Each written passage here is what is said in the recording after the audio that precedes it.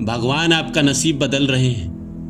वो चुपचाप आपकी कहानी लिख रहे हैं। आपके जीवन का एक चैप्टर जो खत्म हो गया, अब उसके बाद दूसरी कहानी लिख रहे हैं। एक चैप्टर में जिसमें आपने दुख झेला, परेशानी झेली, कष्ट झेला, वो खत्म हो गया। अब नया कहानी लिख रहे हैं जिसमें आपके जीवन में सफलता हो, पैसा हो, प्रेम हो। भगवान चुपचाप आपकी कहानी लिख रहे हैं। जिस आदमी ने भी भगवान पे भरोसा किया है, जिस आदमी ने भी भगवान को दिल में बसा कर रखा है, श्रद्धा भाव से उन पर सब कुछ छोड़ दिया है, भगवान ने उसकी नैया पार जरूर कराई है। हम सब की जरूरत है कि हमें भगवान पे अटूट विश्वास करना चाहिए। अगर हम अटूट विश्वास करते हैं तो एक ना एक दिन हमारी जिंदगी में भी खुशियां लौट कर आएगी। जो खुशियां हमसे रुखसत हो गई है, हमसे दूर चली गई है, आने का नाम नहीं ले रही है, वो खुशियां हमारी जिंदगी में फिर से वापस आएगी। इस दुनिया में बहुत सारे लोग हैं जिनके जीवन में भगवान ने चमत्कार किया है। कई लोग हैं जिनको बेटा नहीं हो रहा था, उन्होंने भगवान की पूजा की, किसी ने उपाय बताया और वो भगवान के पास गए, सारे विधि विधान से उस नियम को किए और उनके बाद उसको बेटा प्राप्त हुआ। दूसरे आदमी की छोड़िए, मैं खुद अपना बताता हूं कि मेरे जिंदगी में एक काम कई वर्षों से नहीं हो रहा था, तो मुझे कभी केदारनाथ जाने का मौका मिला था। 2024 की ही बात है और मैं भगवान शिव के पास गया। मैंने भगवान से अपनी तकलीफ कही, भगवान ने मेरी तकलीफ सुनी और उसके बाद वहां से लौट कर आया। उस तकलीफ मेरी जिंदगी से हमेशा हमेशा के लिए रुखसत हो गई। भगवान हम सबकी सुनते हैं, हम खबर नहीं पहुंचा पाते हैं, वो हमारी गलती है। बहुत ही प्रचलित कहानी है कि एक लड़का एक दुकान में काम करता था। बहुत ही ईमानदार लड़का था, बहुत मेहनत से काम करता था। वो समय पे अपना दुकान पे आ जाता, दुकान खोलता, फिर दुकान की सफाई करता, फिर सामान को साफ करता, फिर कस्टमर से अच्छे से बात करता। तो उसका सेठ उसको नोटिस करते रहता था। कई साल बीत गए। एक दिन सेठ को लगा कि ये काम करता हूं, ये लड़का बड़ा मेहनती है, बहुत मेहनत करता है, इसको ना कुछ सैलरी बढ़ा के दे देता हूं। वो लड़का अगले दिन दुकान पे नहीं आया। सेठ ने सोचा, बताओ यार, कल मैंने सोचा था कि अगले दिन ये आएगा तो मैं इसको बता दूंगा कि इसकी सैलरी बढ़ गई है, और लो आज आया ही नहीं। यही तो प्रॉब्लम है इन लोगों का। ये कम बुद्धि वालों के साथ यही दिक्कत है। इनका भला सोचो तो ये तो बेईमानी करने लगते हैं। वो भी दुकान पे आया नहीं और भी बिना बताए। सेठ को बहुत गुस्सा आया। उसने सोचा कि मैं पैसे नहीं बढ़ाता, उसको नहीं आना था तो बता के नहीं आता। फिर सोचा सेठ ने कि जाने दो, पहली गलती है, माफ कर दो। अगले दिन लड़का दुकान पे आया।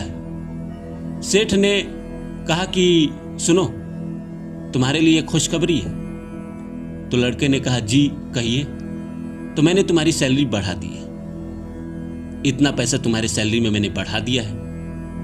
लड़का चुपचाप ये बात सुनकर जाकर अपना काम करने लगा। सेठ को बड़ा आश्चर्य हुआ कि बताओ यार, मैंने इसको कहा कि मैंने तुम्हारा इतना पैसा बढ़ा दिया है, ना इसने धन्यवाद दिया, ना थैंक यू बोला, ना कभी एक्सप्रेशन दिया, और ये चला गया।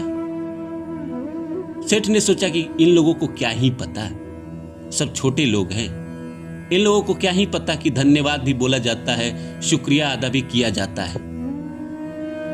उसके बाद लड़का अपना काम करते रहा, ईमानदारी से काम करते रहा। कुछ दिन बाद सेठ ने सोचा कि ना मैंने सही किया, इसका पैसा बढ़ा के मैंने सही किया।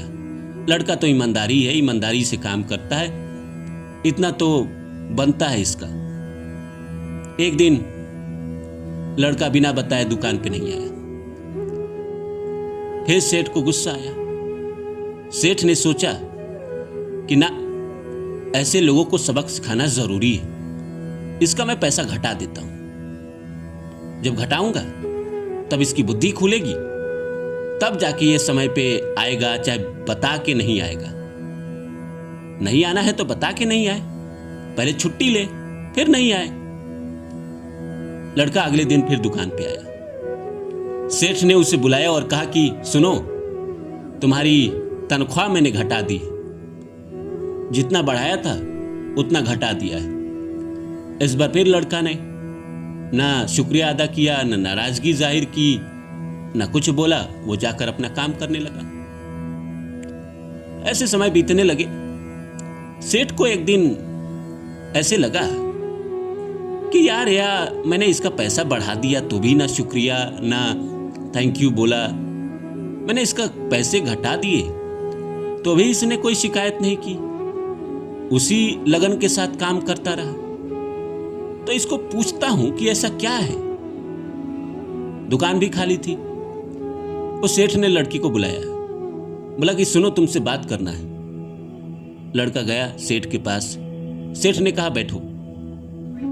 लड़का थोड़ा हिचकिचाया कि सेठ के सामने कैसे बैठे, लेकिन सेठ ने कहा हाँ हाँ बैठो।